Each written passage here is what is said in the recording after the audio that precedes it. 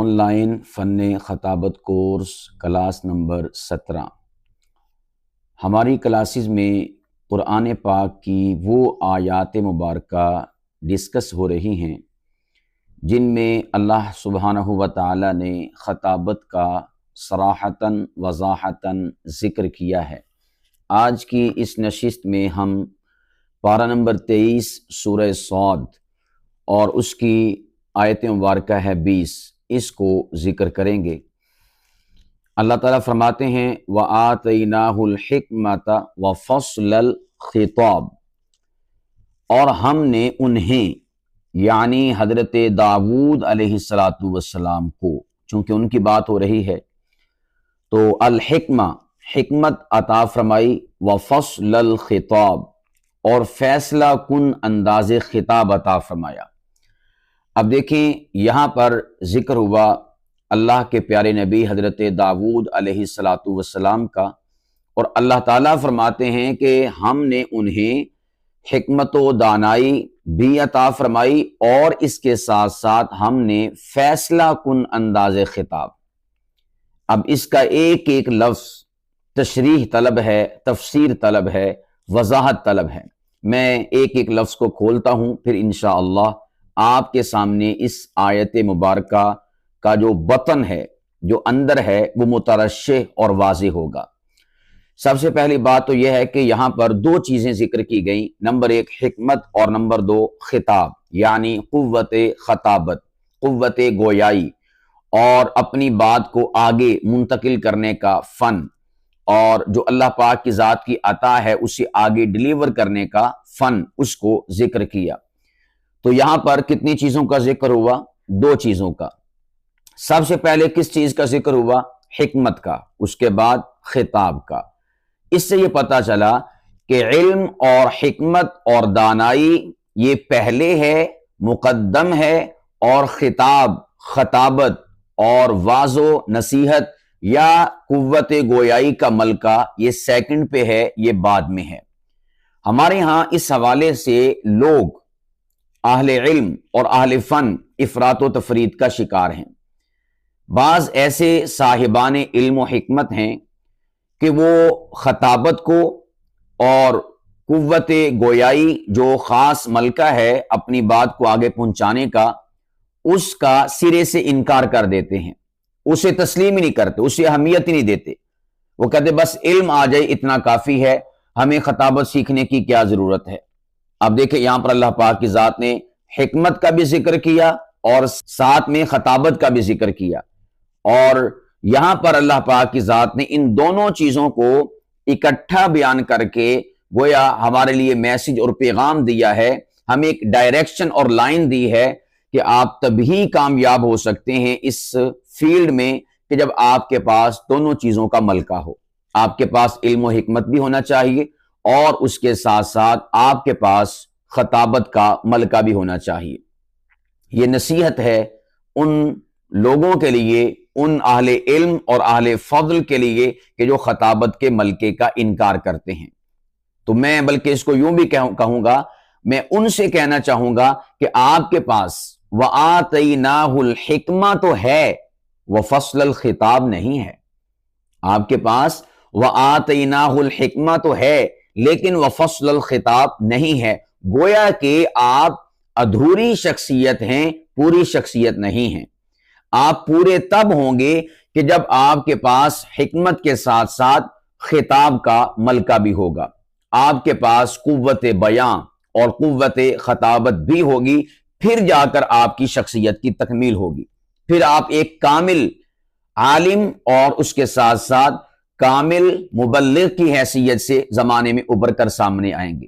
اور آپ احباب جانتے ہیں، ہم اس کا تجربہ کرتے ہیں، مشاہدہ کرتے ہیں، کتنے صاحبان علم ایسے ہیں کہ ان کے اذہان میں، ان کے دماغ میں، ان کے دل میں کتابوں کی کتابیں اور علم کے وہ سمندر، علم کے وہ پہاڑ اور علم کے وہ قرۂ ارضی ہیں، لیکن وہ آگے اس علم کو منتقل کرنے کی صلاحیت نہیں رکھتے۔ تو پھر ان کے اس علم کا فائدہ ہی کیا کہ جسے وہ آگے نہ پہنچا سکیں۔ اپنی ذات تک تو آپ کو فائدہ ہے، لیکن رسول پاک علیہ الصلوۃ والسلام کا فرمان صحیح بخاری میں، بلغوا عنی ولو آیہ، جب آپ کے پاس قوت خطابت نہیں اور فیصلہ کن انداز خطاب کا ملکہ نہیں، تو گویا کہ آپ اس حدیث پاک پر عمل نہیں کر سکتے، آپ اپنے علم کو آگے منتقل نہیں کر سکتے، آپ معاشرے میں چھائی ہوئی اندھیریوں کو کافور نہیں کر سکتے، انہیں اجالے میں اور روشنی میں اور نور میں اور ہدایت میں بدل نہیں سکتے اگر آپ کے پاس قوت خطابت نہیں ہے، آپ کے پاس ملکہ خطابت نہیں ہے۔ تو اللہ پاک کی ذات نے جو آپ کو علم، حکمت، دانائی، فہم، فراست، تدبر، تفکر اور عالمانہ شان عطا فرمائی ہے، حکیمانہ آن عطا فرمائی ہے، اس کا تقاضا ہے کہ آپ اس علم کو آگے منتقل کریں، اس حکمت کو آگے منتقل کریں، اپنے علم اور حکمت کے ذریعے سے نسلوں کو سنواریں، سجائیں اور ان کو نکھاریں اور ان کے اندر اس کو منتقل کرنے کی کوشش اور کاوش کریں۔ یہ ہوگا کیسے؟ جب آپ کے پاس وَآتَيْنَاهُ الْحِكْمَةَ کے ساتھ ساتھ وَفَصْلَ الْخِطَابِ ہوگا۔ اور دوسری طرف وہ افراد اور وہ احباب کہ جو فقط خطابت کا ملکہ تو رکھتے ہیں لیکن ان کے پاس علم نہیں، ان کے پاس حکمت نہیں، ان کے پاس دانائی نہیں، ان کے ساتھ فہم و فراست نہیں، ان کے پاس جو کتاب و سنت کے دلائل اور کتاب و سنت کی براہین اور کتاب و سنت کے شواہد اور کتاب و سنت کی باتیں، کتاب و سنت کی جو نصوص اور متون ہیں ان کو اس پر دسترس نہیں، میں ان کو بھی یہاں پر پیغام دینا چاہوں گا۔ ایک طبقے کو ایڈریس کیا کہ جو طبقہ علم و حکمت سے مالا مال ہے لیکن خطابت سے وہ بیچارہ عاری ہے۔ اب دوسرے طبقے کو ایڈریس کر رہا ہوں کہ جن کے پاس خطابت ہے لیکن حکمت نہیں، علم نہیں، تو ان سے کہوں گا کہ آپ بھی ادھورے ہیں، آپ پورے نہیں ہیں۔ پورے کب ہوں گے؟ کہ جب آپ کے پاس علم و حکمت ہوگا، آپ کے پاس دانائی ہوگی۔ تو اب یہاں پر دیکھیں معاشرے میں ہمارے دونوں قسم کے طبقات پائے جا رہے ہیں۔ نمبر ایک طبقہ وہ ہے کہ جس کے پاس فقط علم اور حکمت و دانائی ہے، قوت خطابت نہیں، اور دوسرا طبقہ وہ ہے جس کے پاس قوت خطابت ہے لیکن اس کے پاس علم و حکمت اور دانائی نہیں۔ تو دونوں کے دونوں ادھورے ہیں، پورے نہیں ہیں۔ پورے کب ہوں گے؟ جب آپ کے پاس علم و حکمت بھی ہوگا اور اس کے ساتھ ساتھ قوت خطابت کا ملکہ بھی ہوگا۔ تو میں دونوں طبقات کو میسج اور پیغام اور نصیحت دینا چاہوں گا کہ آپ احباب نے کسی ایک شے کو پکڑ کر اسی پر فوکس نہیں کر لینا، اسی پر آپ نے اکتفا نہیں کر لینا، بلکہ آپ نے اگر اللہ پاک کی ذات نے ایک ملکہ عطا فرمایا ہے، دوسرے ملکے کو حاصل کرنے کی بھی کوشش کرنی ہے۔ اللہ پاک کی ذات سے مانگیں اور ویسے جہاں سے وہ چیزیں حاصل ہوتی ہیں وہاں سے آپ حاصل کریں۔ بعض لوگ یہ بھی کہتے ہیں کہ یہ جو خطابت ہے یہ واہبی چیز ہے، اللہ کی عطا ہے، کسبی چیز نہیں ہے، آپ سیکھ کر یا کوئی فن خطابت کورس کر کے اس فن کو، اس صلاحیت کو، اس ٹیلنٹ کو اپنے اندر منتقل نہیں کر سکتے۔ تو میں ان سے کہوں گا کہ جس طرح سے آپ اپنے اساتذہ کرام سے زانو تلمس طے کرتے ہوئے ان کی کلاس میں ایک ایک علم و حکمت کا لفظ، سطر، جملہ، باتیں، مضامین، کتابیں، رسائل اور جرائد اور کتابچے اپنے اندر منتقل کرتے ہیں، پہلے آپ میں یہ صلاحیت نہیں ہوتی، پہلے آپ کورے کاغذ کی طرح ہوتے ہیں، صاف سفید کاغذ کی طرح ہوتے ہیں، لیکن جب آپ زانو تلمس طے کرتے ہیں ایوان علم میں موجود اساتذہ کرام اور علم و حکمت اور دانش مندی سے لبریز اور بھرے ہوئے اہل فن سے، اس کے بعد کیا ہوتا ہے کہ آپ احباب بھی اسی مسند کے لائق ہو جاتے ہیں، اسی مسند پہ آ کر براجمان ہو جاتے ہیں اور آپ علم و حکمت سے مالا مال ہو جاتے ہیں۔ اسی طور پر اگر آپ کے اندر بچپن سے قوت خطابت نہیں ہے، اگر آپ جو ماہرین فن ہیں خطابت کے حوالے سے ان کے سامنے زانو تلمس طے کریں گے اور ان کی بارگاہ اقدس میں آ کر ان سے اس فن کو حاصل کریں گے تو اللہ پاک کی ذات آپ کو یہ بھی عطا فرما دے گا۔ وہ بھی تو آپ کے پاس نہیں تھا، کیسے حاصل کیا؟ اساتذہ کرام کے سامنے بیٹھ کر حاصل کیا، ان کی شاگردی اختیار کر کے حاصل کیا۔ تو یہ جو آگے منتقل کرنے کا فن ہے، ڈیلیور کرنے کا فن ہے، خطابت کا فن ہے، تو ہم اس حوالے سے یہ کیوں کہتے ہیں کہ اللہ کی عطا ہے، اللہ عطا کرے گا تو ہو جائے گا؟ علم کی بار ایسا کیوں نہیں کہتے؟ علم کی بار ہم اولا، ثانیہ، ثالثہ، رابعہ، خامسہ، سادسہ، موقوف علیہ مشکات شریف، دورہ حدیث شریف، اور تخصص فی الفقہ، تخصص فی الحدیث، تخصص فی التفسیر، اور فلاں فلاں، ہم اتنے سال لگا دیتے ہیں علم کے حصول کے لیے۔ کیوں؟ اگر اس طرح سے پروپر وے میں چلتے ہوئے ہم اساتذہ کرام سے سال ہاں سال پر مبنی زانوِ تلمس طے کر شاگردی اختیار کر کے حاصل نہیں کریں گے تو نہیں آئے گا۔ سیم اسی طرح اگر آپ خطابت کا فن، ماہرین فن اور جو اس فن کے ایکسپرٹ اور اساتذہ ہیں ان سے نہیں سیکھیں گے، نہیں سمجھیں گے، تو پھر یاد رکھیے گا آپ بوڑھے ہو جائیں گے لیکن آپ کے اندر یہ فن منتقل نہیں ہوگا، اور آپ جان چھڑانے کے لیے کہیں گے کہ یہ وہابی چیز ہے، اللہ کی عطا ہے، یہ کسبی شے نہیں ہے، یہ کسبن کوئی انسان اس کو حاصل نہیں کر سکتا، اللہ نے خطیب چنے ہوتے ہیں بس وہی خطیب ہوتے ہیں۔ پھر آپ اپنی ناکامی اور کمزوری کو چھپانے کے لیے اور اپنی غفلت کو چھپانے کے لیے یہ جملے بولیں گے، حالانکہ یہ جملے فقط آپ اپنی کمزوری کو چھپانے کے لیے بول رہے ہیں۔ ان جملوں کا حقیقت کے ساتھ کسی قسم کا کوئی تعلق نہیں ہے۔ اور آپ خود سوچیں، وہ لوگ اور وہ احباب کہ جو یہ کہتے ہیں کہ خطابت کا فن وہابی چیز ہے، اللہ کی عطا ہے، بس اللہ کی عطا ہے، کسبن کوئی انسان اس کو حاصل نہیں کر سکتا، کیا انہوں نے کبھی اس کے حوالے سے کسب کیا ہے؟ اس کے حوالے سے سیکھنے کا اہتمام کیا ہے؟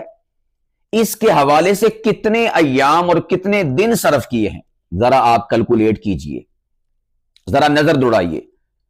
میرے پیارو، آپ میں سے اکثر و بیشتر ایسے ہوں گے جو یہ کہہ رہے ہیں کہ جب زمانہ طالب علمی میں ان کا مدرسہ، ان کا جامعہ، ان کے اساتذہ آپ کی خطیبانہ صلاحیتوں کو نکھارنے کے لیے مدرسہ میں بزم کا اور اسبوعی اجلاس کا اہتمام کرتے تھے، جمعرات کو، بدھ کو یا کسی بھی دن، تو آپ احباب اس اجلاس سے رفو چکر ہو جاتے تھے۔ آپ اس اجلاس اور اس بزم میں حصہ لینے سے انکاری ہوتے تھے، چھپ جاتے تھے، کنٹین پہ جا کر چائے پیتے تھے۔ آپ احباب اس میں شرکت کرنے کے حوالے سے اپنے آپ کو غیر حاضر سمجھا کرتے تھے، اور آپ نے تہیہ کیا تھا کہ میں نے اس بزم اور اسبوعی اجلاس میں کسی صورت شرکت نہیں کرنی۔ ایسا تھا کہ نہیں؟ بھاگا کرتے تھے، انحراف کیا کرتے تھے، فضول سمجھا کرتے تھے۔ تو اب شکوہ اور شکایت اللہ کی ذات سے کیوں ہے کہ بھی اس نے نہیں عطا کیا تو ہم کیسے حاصل کر لیں؟ اس نے آپ کو مواقع فراہم کیے، آپ نے ضائع کیے۔ اس نے آپ کو یہ سہولت دی، آپ نے اس سہولت کی ناشکری کی، اور ان تمام تر جو سہولیات تھیں ان سے فائدہ نہ اٹھا کر آپ نے خود اپنے پاؤں پر کلہاڑی ماری، اور آج شکایت کرتے ہیں اللہ پاک کی ذات سے کہ یہ وہابی چیز ہے، جب اللہ نے نہیں عطا کی تو ہم کہاں سے حاصل کر لیں؟ علم بھی تو بھئی وہابی ہے، علم کون سا کوئی کسبی ہے؟ اللہ پاک کی ذات عطا کرتے ہیں تب انسان کو علم ملتا ہے، ورنہ آپ کئی سارے علماء دیکھ لیں کہ جو 8 سال پڑھ کر فارغ ہوئے لیکن ان بیچاروں کے پاس علم نہیں ہے۔ علم یہ نہیں ہوتا کہ آپ کی دستار بندی ہو جائے مدرسہ میں 8 سال کے بعد تو آپ عالم ہو گئے۔ علم تو وہ ہے کہ جو آپ کسی کو بتا سکیں، سمجھا سکیں، سکھا سکیں۔ اگر آپ مدارس پر نظر دوڑائیں، کتنے سینکڑوں اور ہزاروں کی تعداد میں دورہ حدیث شریف سے علماء فارغ ہوتے ہیں، لیکن کتنے ایسے علماء ہیں جو زمینی حقائق کے مطابق معاشرے میں اپنے علم کو منتقل کر پاتے ہیں؟ اکثر و بیشتر علماء ایسے ہیں کہ جو فقط 5-6 مضامین کے گرد گھومتے ہیں اور ساری زندگی اسی میں بسر کر دیتے ہیں۔ تفسیریں کرنا، تشریحات پیش کرنا، معانی، مطالب، مفاہیم کو لوگوں کے سامنے اجاگر کرنا، کتب لکھنا، تصنیف کرنا، اور اسی طور پر قرآن پاک کی آیات کو واضح انداز میں لوگوں کے سامنے بیان کرنا۔ اور ایک جو پراپر عالم ہوتا ہے، جو کہ ہم معاشرے میں بڑے بڑے علماء دیکھتے ہیں نا، تو یہ صحیح پوچھیں تو یہ ہیں عالم، یہ ہیں صحیح جن کو کتابوں سے علم ملا اور جن کو اللہ پاک کی ذات نے علم عطا کیا، یہی ہیں صحیح عالم۔ ورنہ باقی سب کے سب جو ہمیں نظر آتے ہیں یہ ڈنگ ٹپاؤ ہے، یہ تو گزارے لائق ہیں کہ جن میں یہ صلاحیت نہیں ہوتی کہ ہم کسی علم پر، کسی فن پر یا کسی اعتراض پر، کسی اشکال پر کوئی دلیل دے سکیں۔ کتنی علماء کو آپ دیکھتے ہیں، یعنی علماء سے مراد کہ جو 8 سال پڑھے ہوئے ہوتے ہیں، جب کوئی مسئلہ پیش آ جائے تو کبھی اس کو فون کر، کبھی اس کو فون کر، کبھی اس کے ساتھ رابطہ کر، کبھی اس کے ساتھ رابطہ کر، یعنی بات بات پر، مسئلے پر۔ ایک ہوتا ہے کسی خاص مسئلے پر رابطہ کرنا، وہ الگ بات ہے۔ ایک ہے چھوٹا سا مسئلہ، نماز کے مسائل پر فون کر کے پوچھتے ہیں کسی بڑے عالم کو یا مفتی کو کہ حضرت یہ مسئلہ کیسے ہے؟ بھئی 8 سال تو آپ نے بھی پڑھے ہیں، تو آپ کو یہ مسئلہ کیوں نہیں آتا؟ وجہ کیا ہے کہ یہ وہ شخص ہے کہ جس نے اپنے اساتذہ کرام کے سامنے بیٹھ کر ذانوِ تلمذ طے کیا ہے، لیکن اس نے اس علم کو اس طرح ڈیپلی نہیں سمجھا، اس طرح سے اہمیت نہیں دی، یا اس کو اس انداز میں سیکھنے اور سمجھنے کی کوشش نہیں کی جس انداز میں بڑے بڑے علماء نے اس کو سمجھنے کی کوشش کی۔ اپنا مال، اپنی جان، اپنا وقت، اپنی صلاحیتیں، اپنی سوچ، اپنی فکر، اپنی مصروفیات علم کو نہیں عطا فرمائی، یا دوسرے لفظوں میں کہہ لیجئے کہ بس آئے، سبق پڑھا، کتاب بند کی، چھٹی ہو گئی، امتحان دیے، اللہ اللہ خیر صلی اللہ، کتابوں کا مطالعہ نہیں کیا، درسگاہ کی کتابوں کے علاوہ کسی کتاب کو سٹڈی نہیں کیا، کوئی کتاب خریدی نہیں۔ کتنے علماء ایسے ہیں کہ 8 سال تک تعلیم حاصل کرتے ہیں، ذاتی پیسوں کی کتابیں کتنی خریدتے ہیں؟ آپ اور میں اپنا جائزہ لے سکتے ہیں، اپنے ذاتی پاکٹ سے ہم کتنی کتابیں خریدتے ہیں۔ اگر ہم 8 سالوں کو کیلکولیٹ کریں اور اس میں خریدی گئی کتب کو دیکھیں، یقین جانے کہ 8 سال سمندر کے برابر ہوں گے اور خریدی گئی کتابیں شاید ایک قطرے کے برابر ہوں۔ تو بھئی ہم اس حوالے سے زیادتی کر رہے ہیں۔ تو میں عرض کر رہا تھا کہ یہ جو علم ہے، علم یہ اللہ پاک کی ذات کی عطا ہے۔ اس شخص نے قصباً اس کو حاصل کرنے کی کوشش کی لیکن وہ کامیاب نہ ہو سکا۔ اللہ پاک کی ذات کی عطا سے وہ اس قابل ہوا، جو بڑے بڑے علماء ہیں، کہ وہ ان علماء کرام سے اور ان فارغ التحصیل طلاب سے چھانٹی ہو کے ایک بڑے لیول پر چلے گئے۔ یہ اللہ پاک کی ذات کی عطا ہے، لیکن اس عطا سے پہلے کسب ہے۔ اس عطا سے پہلے اس علم کو حاصل کرنے کے لیے جد و جہد اور کوشش ہے۔ اب آپ خود سوچیں، کیا کبھی ایسا ہوتا ہے کہ وہ شخص جو ہے کسب کے لیے، جد و جہد کے لیے اپنے آپ کو آمادہ ہی نہ کر پائے اور اللہ پاک کے ذات اس کو عطا کر دے؟ ایسا تو نہیں ہوتا۔ پہلے پروپر اساتذہ کرام کے سامنے ذانوِ تلمذ طے کرنے پڑتے ہیں، اس کے بعد اللہ پاک کی ذات کی عطا اس انسان کی جانب متوجہ ہوتی ہے، وہ انسان پھر اس قابل ہوتا ہے۔ تو سیم اسی طرح خطابت کے معاملے میں آپ کہیں کہ اللہ کی عطا ہے، اللہ ہی کوئی میری زبان کو چلا دے تو چلا دے، اللہ ہی مجھے خطیب بنا دے تو بنا دے۔ بھئی آپ اس حوالے سے پہلے کسب کریں، جد و جہد کریں، کوشش کریں، سیکھیں، سمجھیں، ذانوِ تلمذ طے کریں، شاگردی اختیار کریں، اور پھر اس کے بعد اللہ پاک کی ذات کی عطا ہوگی، اللہ پاک کی ذات کی جود و سخا ہوگی، اور آپ ایک خطیبانہ وے میں معاشرے میں آ کر علم کو آگے منتقل کریں گے۔ کئی لوگ ایسے بھی ہیں، کہتے نہیں ہم آپ سے سوال کرتے ہیں کہ جتنے بھی لوگ اور طلاب آپ کے پاس فن خطابت کورس کرتے ہیں کیا سارے خطیب بن جاتے ہیں؟ یہ سوال کرتے، تو ہم کہتے ہیں نہیں، سارے نہیں خطیب بنتے، کچھ جو طلباء ہوتے ہیں وہ خطیب بنتے ہیں۔ تو کہتے پھر اس کا مطلب کیا ہوا کہ باقی خطابت کا فن سیکھنے والے فضول ہوئے؟ فضول نہیں ہوئے۔ میں آپ سے یہی سوال کرتا ہوں کہ جتنے مدارس میں طلاب پڑھتے ہیں، جو کتب پڑھتے ہیں، کیا سارے کے سارے بڑے اور چوکھے اور خرناٹ قسم کے اور غٹ قسم کے اور عالمی لیول کے عالم بن جاتے ہیں؟ سارے کے سارے مصنف و مؤلف و مرتب بن جاتے ہیں؟ سارے کے سارے ادیب اور شہیر بن جاتے ہیں؟ سارے کے سارے مفکر بن جاتے ہیں؟ نہیں، ان میں بھی چھانٹی ہوتی ہے۔ تو اس کا کیا مطلب ہے؟ اگر ہم یہ یہاں پر اصول اپلائی کر رہے ہیں کہ فن خطابت کورسز کا کوئی فائدہ نہیں ہے، ایویں کوئی 2 3 4 طالب علم جو ہے اس قابل ہوتے ہیں، باقی سب کی چھانٹی ہو جاتی ہے، باقی سب کے سب وہ ویسے کے ویسے رہ جاتے ہیں، لہذا ان کورسز کا کوئی فائدہ نہیں ہے، نہیں کروانے چاہیے، نہیں کرنے چاہیے، تو پھر یہی اصول یہاں پر آپ اپلائی کر دیں کہ سارے تو نہیں نا اتنے بڑے غٹ عالم بنتے، سارے تو نہیں نا مفسر اور محدث بنتے، سارے تو نہیں نا شارع بنتے، سارے تو نہیں نا مصنف و مؤلف و مرتب بنتے، سارے تو نہیں نا مبلغ اور داعی بنتے۔ تو پھر کیا مدارس کی درسگاہوں کو بند کر دیا جائے؟ بلکہ دیکھا جائے کم ہیں جو کسی قابل ہوتے ہیں اور زیادہ ہیں کہ جو کسی قابل نہیں ہوتے۔ وہی والا اصول جو خطابت کے فیلڈ میں آپ نے کیا کہ اکثر بیشتر طلبہ ایسے ہیں کہ جو خطابت کا فن سیکھنے جاتے ہیں پھر بھی خطیب نہیں بنتے، بہت تھوڑے ہوتے ہیں جو خطیب بنتے ہیں۔ تو یہی سوال آپ سے کہ درسگاہوں میں جانے والے کیا سارے کے سارے بڑے بڑے عالم بن کر نکلتے ہیں؟ نہیں، چاند ایک ہوتے ہیں، چھانٹی کے ہوتے ہیں، چیدہ چیدہ ہوتے ہیں۔ اسی طرح قرۂ کرام، ان کی درسگاہوں میں جانے والے جو قاری بننے کی سوچ لے کر جاتے ہیں، بہت تھوڑے ہوتے جو اونچے لیول پر جاتے ہیں، اکثر و بیشتر کی چھانٹی ہو جاتی ہے، وہ گر جاتے ہیں۔ تو میرے پیارو، اگر آپ یہ فن نہیں سیکھ پا رہے، نہیں سیکھ سکے، آپ نے غفلت کا شکار اپنے آپ کو کر لیا تھا جب سیکھنے کا زمانہ تھا، تو اب قدرت کو آپ مورد الزام تو نہ ٹھہرائیں، اللہ کی ذات سے شکوہ تو نہ کریں کہ اللہ پاک کی ذات نے مجھے عطا نہیں کیا۔ بھائی اس نے عطا کیا، آپ نے خود نہیں لیا، وہ بانٹ رہا تھا، تقسیم کر رہا تھا، آپ نے خود اس موقع پر اپنا دامن، اپنا جو جھولی ہے اس کو پھیلا کر اللہ پاک کی ذات سے اس فن کو لیا نہیں ہے۔ ہم غیر حاضریاں خود کرتے رہے، مدرسہ میں منعقد کردہ بزموں سے اور اسبوعی اجلاسوں سے، اور ہم شکوہ کر رہے ہیں اللہ کی ذات سے۔ یہ دراصل اپنی کمزوری چھپانے کے لیے اللہ کی ذات سے شکوہ ہے۔ اور میں ان مدارس کو خراج تحسین پیش کروں گا کہ جو اپنے طلباء کی صلاحیتوں کو نکھارنے کے لیے ہفتہ وار یا ہفتے جو مہینے میں ایک دو بار یا مہینے کے بعد اس قسم کے اجلاس اور اس قسم کی بزموں کا انعقاد کرتے ہیں، وہ لائق تحسین ہیں کہ اپنے طلاب جو کہ مستقبل کے معمار ہیں، قوم کے، ملک کے، ملت کے، ان کی صلاحیتوں کو نکھارنے کے لیے اس کا اہتمام کرتے ہیں۔ اور کئی سارے مدارس ایسے ہیں کہ جو یہ کہتے ہیں کہ یہ فن، وہ بھی یہی کہتے ہیں عطائی ہے، خدائی ہے، جب پڑھ لیں گے کتابیں آ جائیں گی تو خود بخود ہی آ جائے گا۔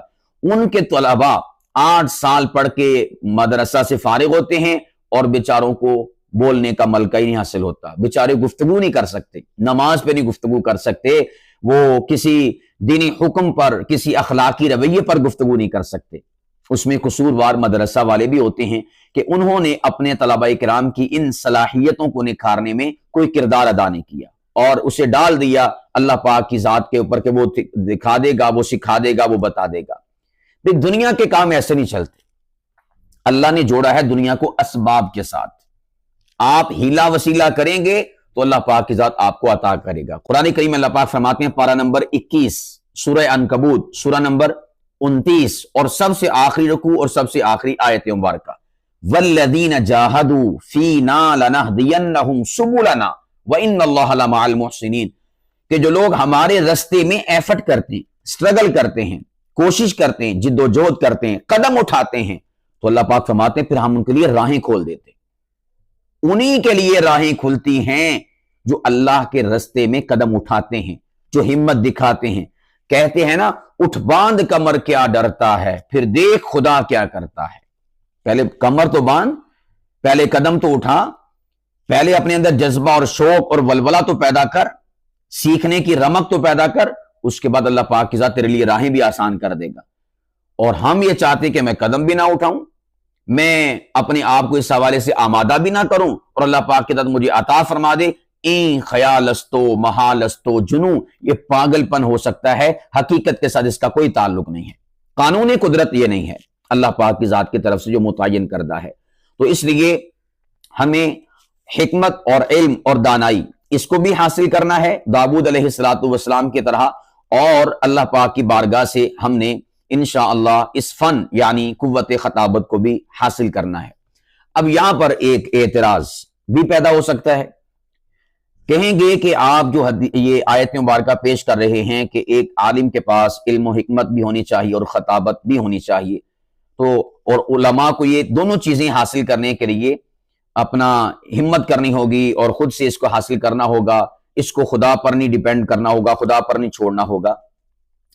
حالانکہ اللہ پاک کی ذات نے تو قرآن کریم کے اس مقام پر سورہ صاد آیت نمبر 20 میں فرمایا وَآتَيْنَاهُ الْحِكْمَةَ، اور ہم نے عطا کیا، ہم نے دیا انہیں حکمت اور وفصل الخطاب، فیصلہ کن انداز خطاب کا ملکہ۔ اللہ کہہ رہے ہم نے دیا، تو اسے پتا چلا کہ یہ خدا کی عطا ہے۔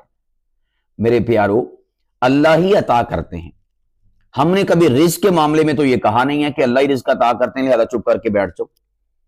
رزق کے حوالے سے تو ہم مارے مارے پھرتے ہیں، کبھی موٹر سائیکل پر، کبھی سائیکل پر، سائیکل دبی ہوئی ہوتی ہے، جا رہے ہوتے ہیں رزق کے حصول کے لیے، وہاں تو نہیں کہتے کہ یہ اللہ کی عطا ہے، اللہ ہی دیتا نا رزق، یہ کوئی اور دیتا ہے یا ہم خود اس سے جو ہے اچیو کرتے ہیں؟ دیتا اللہ ہی ہے۔ واللہ خیر الرازقین، بہترین رزق عطا فرمانے والی ذات اللہ کی ذات ہے۔ لیکن باوجود اس کے ہم ہمت کرتے ہیں، کوشش کرتے ہیں، سٹرگل کرتے ہیں، جد و جہد کرتے ہیں، محنت کرتے ہیں، پاپڑ بیلتے ہیں، سب کچھ کرتے ہیں، پھر اللہ پاک کی ذات عطا فرماتے ہیں۔ اسی طرح اللہ پاک کی ذات نے یہ جو فرمایا نا کہ وَآتَيْنَاهُ الْحِكْمَةَ، ہم نے انہیں حکمت عطا فرمائی، وفصل الخطاب، اور فیصلہ کن انداز خطاب عطا فرمایا۔ نمبر ایک، یہ اللہ کے نبی ہیں، اور جو نبی ہوتا ہے اس پر اللہ کی عطائیں بے شمار ہوتی ہیں۔ یوں سمجھیے کہ وہ دنیا سے بہت کم لیتا ہے، لیکن زیادہ جو اس کا ہوتا ہے منبع، ماخذ، سرچشمہ، وہ اللہ کی ذات ہوا کرتی ہے۔ یہ چونکہ نبی کی بات ہے اس لیے وَآتَيْنَاهُ الْحِكْمَةَ، اسباب سے بالا تر چیز۔ لیکن جو ہم جیسے ہیں، جو ان انبیاء کے وارث ہیں، ان انبیاء کے جانشین ہیں، ان انبیاء کے نائبین ہیں، ان انبیاء کے علم کے حاملین ہیں، ان پر لازم ہے کہ وہ اس حوالے سے کوشش کریں، جد و جہد کریں، اور پھر اس کے بعد اللہ پاک کی ذات کی عطا ہوگی۔ اور عطا کب ہوتی ہے؟ وَالَّذِينَ جَاهَدُوا فِينَا لَنَهْدِيَنَّهُمْ سُبُلَنَا، اللہ کا اصول ہے، پیٹ اصول ہے، جو قدم اٹھائے گا رستے اسی کے لیے ہم بنائیں گے، اور قدم بھی اس کا درست سمت میں اٹھنا چاہیے۔ دیکھیں موسیٰ اور فرعون، موسیٰ نے قدم اٹھایا خدا کی طرف، دریا چل رہا تھا، اللہ نے چلتے ہوئے دریا میں سے 12 راستے پیدا فرما دیے، اور فرعون راستے بنے ہوئے تھے، قدم خدا کی طرف نہیں تھا، قدم صحیح سمت میں نہیں تھا، اللہ نے رکا ہوا دریا تھا، اس کے تمام تر جو رستے تھے ان کو بند فرما دیا فرعون پر، اور دریا کو چلنے کا حکم ارشاد فرما دیا۔ اس سے کیا پتہ چلا؟ اس سے پتہ یہ چلا کہ ہم اگر درست سمت میں قدم اٹھائیں گے، اللہ کی بارگاہ کی طرف قدم اٹھائیں گے، اللہ سبحانہ و تعالی اگر رستے نہیں ہوں گے ہمیں رستے عطا فرمائے گا، اور اگر ہمارا قدم غلط ہوا، غلط سمت میں ہوا، تو اللہ پاک کی ذات بنے ہوئے رستوں کو بھی ہمارے اوپر بند فرما دیں گے، اللہ پاک کی ذات بیریئر لگا دیں گے، تو اس رستے سے گزر نہیں سکتا اگرچہ رستہ موجود ہے۔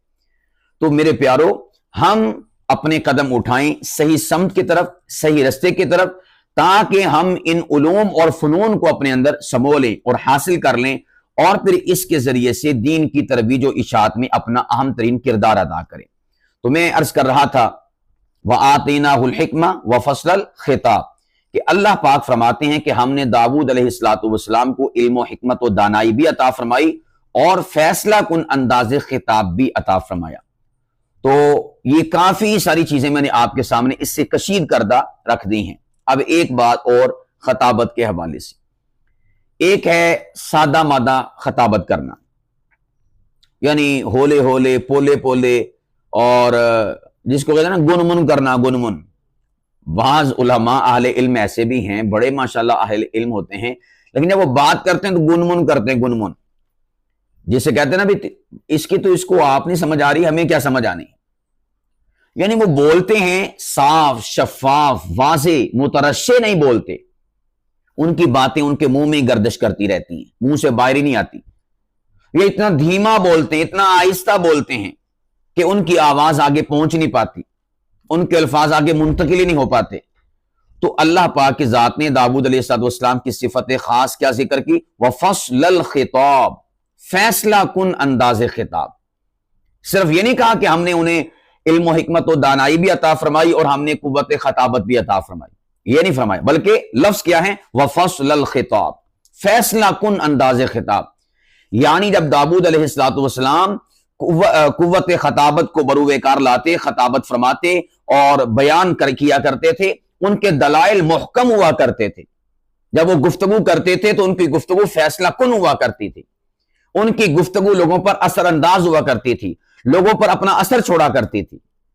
بعض رنگ ایسے ہوتے ہیں کہ وہ رنگ جب لگتے ہیں تو ان کا اثر ہی نہیں ہوتا، اور بعض رنگ ایسے ہوتے ہیں وہ ایسے چڑھتے ہیں کہ بندہ اتھے برس بھی مارے یا کوئی کوچا بھی اتھے مارے نا تو رنگ اتر دینی ہے گے۔ کہتے ہیں حنا رنگ لاتی ہے پتھر پہ گس جانے کے بعد۔ حنا، مہندی کے پتے، اگر آپ انہیں ویسے پانی میں بھگو کر لگانا شروع کر دیں تو کوئی رنگ نہیں چڑھے گا، وقتی طور پر وہ جو پانی ہے وہ آپ کو رنگ دار نظر آئے گا، لگا ہوا محسوس ہوگا، لیکن اس کے بعد اتر جائے گا، ہاتھ آپ کا بالکل صاف۔ اور اگر آپ اسی حنا کو، مہندی کے پتے ہیں، ان کو پتھر پہ گسا کے پھر اس کے بعد آپ اسے لگائیں گے تو آپ کے ہاتھوں پر مہندی کا رنگ چڑھے گا، اور ایسا چڑھے گا کہ پھر اترے گا نہیں۔ تو یہ جو ہمیں بات معلوم ہوتی ہے کہ ان امثلہ کے ذریعے سے کہ ہمارے اندر ایسا ملکہ ہونا چاہیے خطابت کا، بیان کا، کہ ہم بات کریں تو لوگوں کے دل پر جا کر دستک ہو، لوگوں کے ضمیروں کو جھنجھوڑے، لوگوں کے کانوں پر دستک نہ ہو بلکہ لوگوں کے دلوں پر دستک ہو، لوگوں کے اذہان اور دماغ کے بند دروازوں کو ہماری گفتگو جا کر کھول دے۔ ایسی گفتگو ہونی چاہیے، ایسے دلائل ہونے چاہیے، ایسی براہین ہونی چاہیے، ایسے شواہد ہونے چاہیے، ایسے عقلی اور نقلی دلائل کی رمجم بارش ہونی چاہیے، ایسا سیلاب ہونا چاہیے کہ سارے کے سارے بند ٹوٹ جائیں، اور جہاں جہاں پانی پہنچنا ہے آپ کے دلائل کا، براہین کا، شواہد کا، آپ کی باتوں کا، نظریے کا، سوچ کا، فکر کا، کاز کا، مشن کا، تو یہ سارا کا سارا وہاں تک پہنچے اور اس کے بند دریچے کھلتے چلے جائیں اور وہ حق کی راہوں پر چلنے کے اوپر آمادہ ہو جائے۔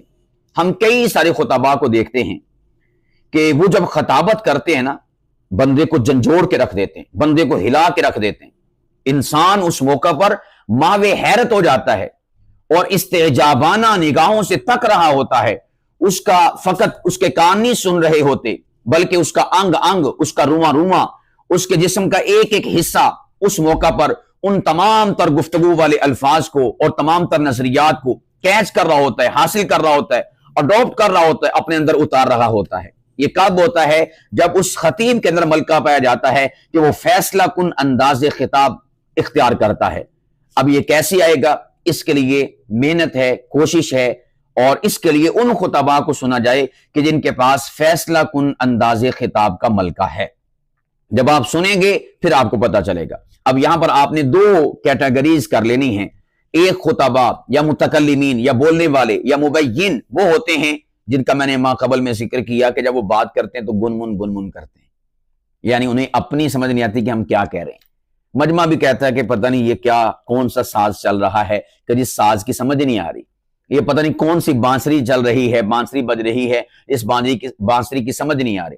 لیکن بعض خطباء ایسے ہوتے ہیں جب وہ بات کرتے ہیں تو پھر مجمع کے اوپر طاری ہو جاتے ہیں، مجمع کے اوپر چھا جاتے ہیں، اور مجمع بلکہ باہر والا مجمع، امیر عظیمت علامہ حق نواز جنگوی شہید رحمت اللہ تعالی علیہ، جب وہ غیر معروف تھے، اتنے مشہور اور معروف نہ تھے، ایک جگہ پر بیان کرنے کے لیے گئے تو منتظمین جلسہ نے، ان کا چونکہ بیان آخر میں تھا، انہیں بتایا جب کمرے سے اٹھ کر اسٹیج پر آنے والے تھے کہ مجمع سارا کا سارا چھٹ گیا ہے، لوگ جا رہے ہیں، اٹھ رہے ہیں۔